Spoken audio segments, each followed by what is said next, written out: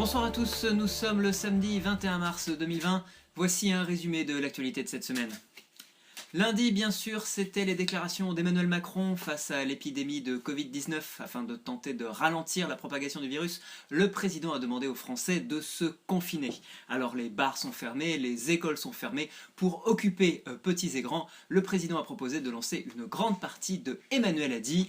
Alors on est parti, Emmanuel a dit, pas bouger. Voilà, ça va durer 45 jours, le premier qui moufte prend une amende de 135 €. Lundi, c'était également les résultats des municipales avec l'excellent score, une fois encore, du parti abstentionniste qui a retenu plus de 55% des voix. Alors les experts se demandent quelle est la cause de ce succès. Probablement, selon eux, parce que le Premier ministre avait demandé aux Français d'aller voter, mais qu'il avait oublié de dire « Emmanuel a dit ». Mardi, c'était la première journée de confinement, alors les Français apprenaient encore un peu à gérer les règles et se posaient beaucoup de questions. Par exemple, peut-on sortir pour aller travailler? Le ministère de la Santé a évidemment répondu oui. Peut-on sortir pour aller faire ses courses? Le ministère a répondu oui. Peut-on sortir pour aller faire son jogging? Le ministère a répondu ça dépend. Et évidemment, beaucoup de Français se demandaient si on pouvait sortir pour aller prendre l'apéro en terrasse avec ses copains après avoir couru pendant 2 heures en poussant un taxi, un caddie rempli de 50 kg de pâtes et de 200 rouleaux de papier toilette. Le ministère de la Santé a répondu « mourrez ». Mercredi, c'était les sorties cinéma. On notera la sortie cette semaine de Rien du tout. Rien du tout épisode 2, bien sûr, la suite de Rien du tout, premier du nom, qui était sorti au 15 août l'année dernière dans une indifférence assez générale. Voilà, Rien du tout, un film qui ne raconte rien, avec des images nulles, des acteurs inexistants et une bande-son tout à fait anodine. Bref, un magnifique film français. Voilà, néanmoins le film n'est pas encore favori pour les Césars, puisque à l'heure actuelle, son réalisateur n'aurait violé personne. Jeudi, la polémique a enflé au sujet des masques chirurgicaux. En effet, le ministère et le gouvernement est accusé de ne pas avoir commandé suffisamment de masques. Interrogée sur le sujet, Roselyne Bachelot, l'ancienne ministre de la Santé, qui avait elle été accusée d'avoir commandé trop de doses de vaccins contre la grippe mexicaine en 2009, a déclaré, je cite, « Ah ah ah ah ah ah ah, allez vous faire foutre, ah ah ah ah, bande de cons, mais allez vous faire foutre en restant chez vous ».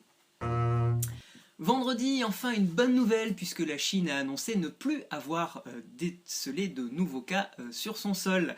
Voilà, on espère donc que la production des usines va pouvoir repartir, puisque l'Europe est en attente impatiente d'une livraison de 12 000 tonnes de merde en plastique. Sport, exploit magnifique cette semaine avec la première semaine sans défaite du Toulouse Football Club.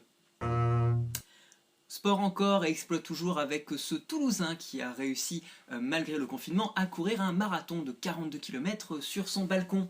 Alors inspiré par cet exploit, le Comité international olympique a envisagé d'organiser les prochains Jeux olympiques de Tokyo à la méthode française, avec donc épreuve de relais nage libre dans la baignoire, lutte gréco-romaine à 1 mètre de distance, boxe avec des gants en latex et bien sûr l'épreuve reine, le sprint de 100 mètres à Carrefour pour aller choper le dernier rouleau de PQ.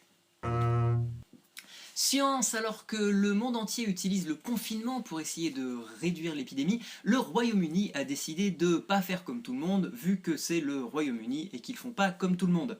Voilà, là-bas les scientifiques veulent employer la technique de l'immunité de groupe pour qu'un maximum de gens attrapent le virus en prenant des mesures très drastiques. Par exemple, les Anglais vont devoir se serrer la main 5 fois par jour, l'ensemble du pays sera confiné dans un pub ouvert 24 heures sur 24, ce pub n'aura le droit de servir des bières que dans une seule pinte. Cette pinte sera nettoyée par une vieille grand-mère retraitée de 75 ans avec la langue, et les tournées ne se payeront plus en livres sterling, mais en litres de morve.